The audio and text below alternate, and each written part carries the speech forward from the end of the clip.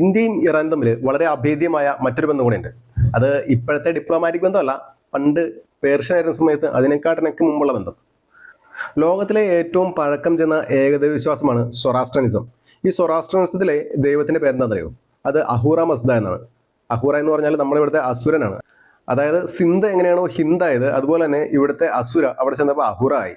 പക്ഷെ ഇവിടുത്തെ അസുര ഡീമൺ ക്യാരക്ടേഴ്സ് ആയിരുന്നെങ്കിൽ അവിടെ ചെന്നപ്പോൾ അഹൂറ മസ്ദ എന്നത് ദൈവമായിട്ട് മാറി. അതുപോലെ തന്നെയാണ് നമ്മുടെ ദേവന്മാരുടെ കാര്യം. ഇവിടെ ദേവന്മാര് ദൈവങ്ങളാണെങ്കിൽ അവിടെ ചെന്നപ്പോഴത്തേക്കും ദേവാസ് എന്ന് പറയുന്ന ഒരു കാറ്റഗറി ഈവിൾസ് ആയിട്ട് മാറി. എങ്ങനെയാണ് ഈ കണക്ഷൻ ഉണ്ടായത് എന്ന് വെച്ചിട്ടുണ്ടെങ്കിൽ, വർഷങ്ങൾക്ക് മുമ്പ്, അതായത് വേദകാലത്തിനും ഒക്കെ മുമ്പ് ഇൻഡോ ഇറാനിയൻസ് എന്ന് പറയുന്ന ഒരു ഗ്രൂപ്പ് ഓഫ് പീപ്പിൾസ് ഒരുമിച്ച് താമസിച്ചിരുന്നു എന്നാണ് കണക്കാക്കപ്പെടുന്നത്. ഇവർ പിന്നീട് സഞ്ചരിച്ച് രണ്ടായിട്ട് പിരിഞ്ഞ് ഒരു വിഭാഗം ഇറാനിൽ പോയി സെറ്റിലായി, ഒരു വിഭാഗം ഇന്ത്യയിൽ വന്ന് സെറ്റിലായി.